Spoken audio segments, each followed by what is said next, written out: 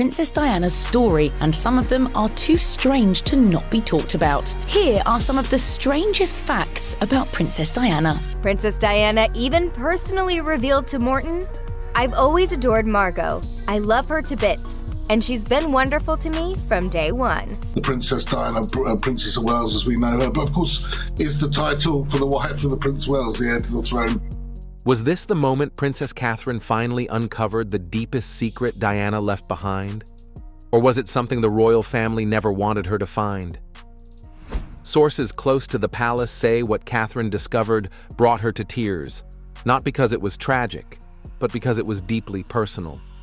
For years, whispers about a hidden letter, a private keepsake, and a final wish from the late Princess Diana have floated around royal circles. But no one ever imagined that it would one day reach Catherine's hands. Behind the polished smiles and grand royal duties, there's a story that connects two women separated by time, yet bound by destiny. A story that begins long before Catherine joined the royal family, when Diana's quiet intuition told her that someone, someday, would carry her legacy forward.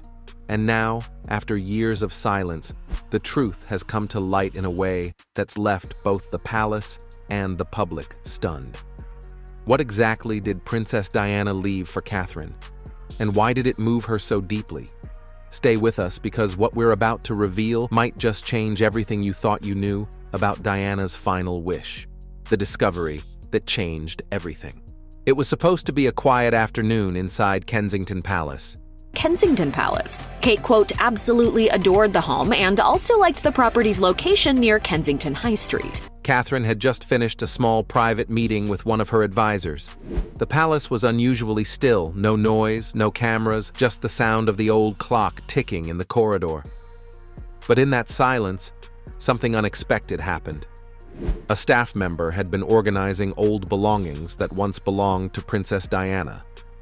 Many of these items had been kept in sealed boxes, untouched for years, stored away as part of the family's private archives. One of those boxes carried a faded tag for the future. It didn't have a date, nor a name, just two words, handwritten in Diana's elegant script. When the box was brought to Catherine, she didn't think much of it. She had often seen Diana's keepsakes before, photographs, letters, and jewelry pieces meant for the family. But when she opened this one, everything changed. Inside were a few personal items, a silk scarf, a small family photo, and an envelope sealed with Diana's old monogram. The paper had aged, its edges curled, but the handwriting was unmistakable. It was Diana's. Catherine hesitated before opening it. Those around her noticed her hands trembling slightly. She whispered, "It feels like she's here." When she finally unfolded the letter, tears welled in her eyes. It wasn't a royal instruction, nor a formal note. It was a message from one mother to another, written years before Catherine even entered the royal picture. The words were simple, yet hauntingly prophetic. Diana had written about the challenges of being in the royal family, the loneliness behind palace walls, and the need for love to remain stronger than duty. But what touched Catherine most was a line that read, "To the woman who one day loves my son, you will need strength above all else. And if kindness guides your heart, you will never walk alone." No one knew when Diana had written those words, but it was clear she had envisioned someone like Catherine long before the world ever met her. That moment wasn't just emotional, it was transformative. Catherine reportedly sat quietly for several minutes, holding the letter close, unable to speak. Witnesses later described her expression as a mixture of sorrow and gratitude. The palace never confirmed this incident publicly, but insiders say Catherine keeps that letter in a private drawer near her writing desk, a quiet reminder of the woman whose spirit still shapes her life today. A silent connection across time. In the days that followed, Catherine tried to go about her royal duties as usual. Princess Catherine's job is already pretty impressive. Her royal duties will only increase. Public appearances, charity events, and family gatherings filled her schedule, but something in her had quietly changed. People around her noticed it, though no one could quite explain why. Her smile was softer, her gestures warmer, almost as if she was carrying a secret she couldn't yet share. William noticed it first. He later confided to a friend that Catherine had been unusually thoughtful, spending long moments sitting by the window, holding something in her hands. He didn't ask right away, not because he didn't care, but because he somehow sensed that whatever she had discovered was deeply emotional. Behind closed doors, Catherine had begun reading Diana's words over and over again. Each sentence carried a truth she could feel echoing in her own life. The pressure of public expectation, the endless media attention, and the quiet moments of loneliness, they were all things Diana had lived through before her. It was almost as if Diana had written that letter for her future, for the woman who would one day continue her story. One evening, Catherine reportedly visited Diana's resting place at Althorpe. She wasn't accompanied by cameras or guards, just a single aide who waited at a distance. The wind was gentle, the sky overcast. Catherine placed a small white rose on the ground and stood silently for several minutes. Those who know her well say she whispered something softly before walking away. Insiders close to the royal household believe this was the moment Catherine truly felt Diana's presence, not as a myth, not as a royal figure, but as a mother guiding her through the same maze she once walked. From that day, Catherine's approach to her royal role shifted in subtle but powerful ways. She began taking a more hands-on role in charities focused on mental health and children's causes that Diana had once championed. Her public speeches became more personal, her interactions more heartfelt. It wasn't just duty anymore, it was purpose. And while she rarely speaks about Diana in interviews, those who have been close to her say Catherine often mentions her strength when faced with difficult moments. It's as if that letter unlocked a part of her that was waiting for understanding, a part that made her feel truly seen, even by someone she had never met. In a world where royal life can feel like a performance, this connection became Catherine's anchor. The letter reminded her that behind every headline and photograph, she was still human, just like Diana once was. The change the palace couldn't ignore. Something inside Kensington Palace began to shift quietly at first, but unmistakably. The woman once known for her grace and poise was now speaking with more conviction, more heart. Catherine wasn't just representing the crown anymore. She was carrying a message born from Diana's words. Crown's royal family and associates let go of their stiff upper lips to share some royally audacious quips and comebacks. Which royal do you think is the sassiest? One rooted in compassion over protocol. Those closest to the royal household say the palace initially didn't know how to respond. Tradition often thrives on silence, on keeping emotions tucked neatly away behind closed doors. But Catherine's newfound openness, her willingness to speak about empathy, motherhood, and vulnerability, started to make her stand out in a family long defined by restraint. At a charity event for children's mental health, Catherine was seen holding the hand of a young girl who had lost her mother. Cameras captured the moment the Duchess was kneeling, her eyes filled with understanding. "You're very brave," she whispered. That clip spread everywhere, not because of royal glamour, but because of its raw humanity. People began to see shades of Diana in Catherine not because she was trying to be her, but because her heart naturally carried the same warmth. Within the palace, however, there were murmurs. Senior courtiers reportedly expressed concern that Catherine's emotional openness might invite unwanted comparisons or reignite old memories the monarchy had long tried to move past. Yet William, ever protective of his wife, was said to be quietly proud. He understood that what she had found, that letter had awakened a connection that even he couldn't fully explain. Behind the scenes, Catherine began spending more time in Diana's old archives, reading letters, looking at photographs, and learning about her late mother-in-law not from documentaries, but from the real words she left behind. It was more than curiosity. It was almost like continuing a conversation that had never truly ended. At one point, Catherine reportedly shared with a close friend, "I feel like she was preparing me for this, for all of it." That single statement reflected everything. She wasn't just walking in Diana's footsteps, she was walking with her. Over the next few months, subtle tributes began to appear. Catherine wore a sapphire brooch during a public engagement in Scotland, the same stone Diana had favored during her early royal years. At another event, she chose a soft blue dress strikingly similar to one Diana had worn during a charity visit in 1992. But these weren't fashion choices. They were silent gestures, ways of saying, "I remember you." Publicly, her approval ratings soared. Royal watchers began calling her the modern people's princess. For the first time since Diana's passing, many felt that same emotional connection returning to the monarchy, a feeling of authenticity, of warmth. But inside the palace, it also meant something more delicate, the rebirth of Diana's legacy in a new form. Catherine wasn't challenging tradition, but she was humanizing it.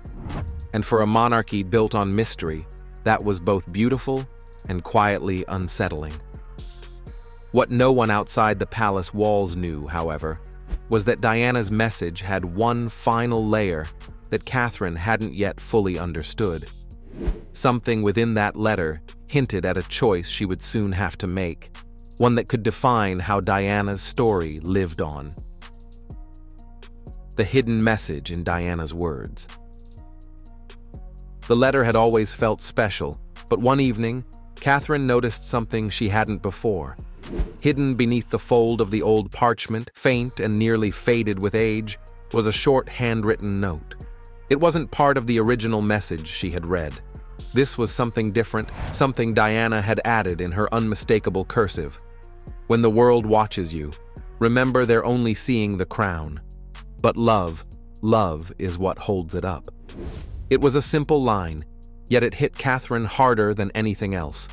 In that one sentence, Diana had summarized everything she had endured: the loneliness, the media chaos, and the unspoken battle between duty and emotion.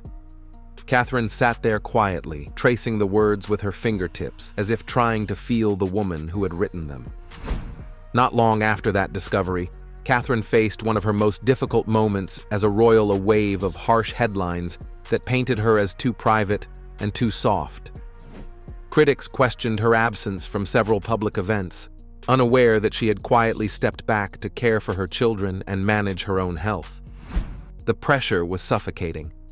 Every decision was analyzed, every appearance judged.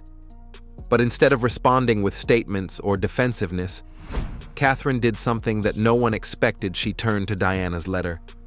Those words, "Love is what holds it up," became her silent guide. She began focusing less on appearances and more on presence, spending time in hospitals, meeting families in crisis, and visiting shelters where cameras were never invited. Behind the scenes, she became a quiet force of comfort, her gestures simple but powerful. In one private visit, Catherine reportedly met a young single mother who was struggling to rebuild her life. The woman later shared, "She didn't talk to me like a princess, she talked to me like a friend. I felt seen." Moments like that rarely made headlines, but they reflected something deeper, the legacy Diana had dreamed of. William, too, began to see it. In private, he told friends that Catherine's strength reminded him of his mother in ways he couldn't put into words. Not because she was trying to fill Diana's place, but because she carried the same kind of light, quiet, steady, and unshakably kind. But even as Catherine's compassion touched lives, the letter continued to haunt her thoughts. What did Diana mean by love holds it up? Was it about her marriage, her motherhood, or the love she gave to the people around her? The answer came unexpectedly during a royal engagement at a children's hospice. As Catherine knelt beside a terminally ill child, the little girl handed her a small daisy and said, "This is for you. My mum says love never dies." Those words echoed in Catherine's heart like a whisper from the past. She smiled softly, holding back tears because in that innocent voice, she heard the message Diana had left for her, alive once more. That night, when she returned home, she placed the letter back in its box and whispered quietly, "I understand now." The love Diana spoke of wasn't just about family or marriage, it was about humanity. It was the kind of love that lives beyond walls, beyond titles, beyond time. And Catherine, unknowingly, had become its living proof, carrying Diana's legacy into the future. In the months that followed, something began to shift in the way the world saw Catherine. She wasn't just the Duchess anymore, she was the heart of the monarchy. Every step she took, every word she spoke, seemed to echo the same quiet grace that once defined Diana. But there was something new, too, a calm strength, a steadiness that felt entirely her own. Royal watchers began to notice it. They called it the Diana effect reborn. But Catherine never claimed it that way.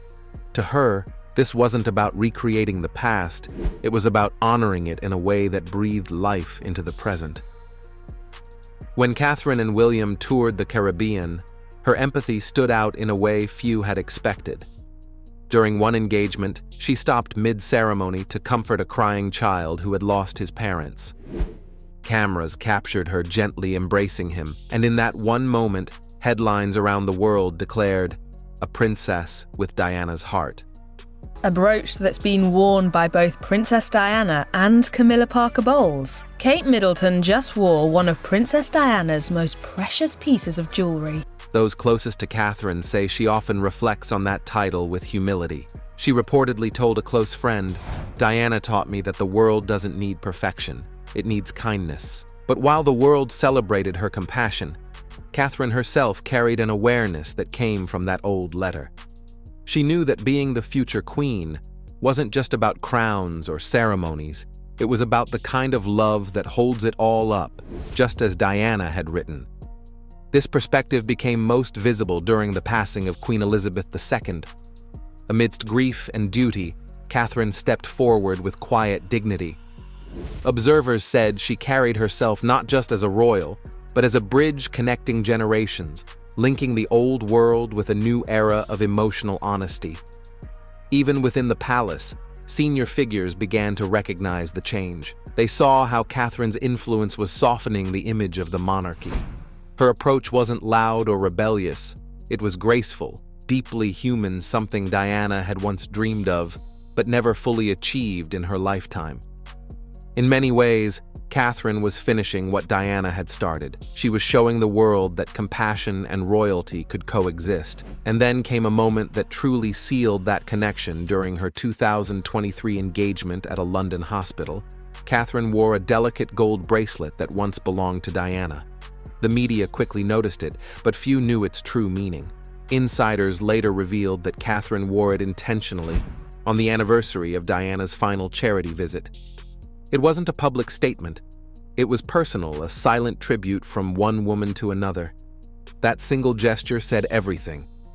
The bracelet shimmered under the lights, not as a royal accessory, but as a symbol of continuity, a reminder that Diana's love hadn't ended with her life. It had simply found a new vessel. Behind the grandeur of royal titles, Catherine had become something far more powerful, a reflection of Diana's enduring spirit. She didn't replace her. She completed her story.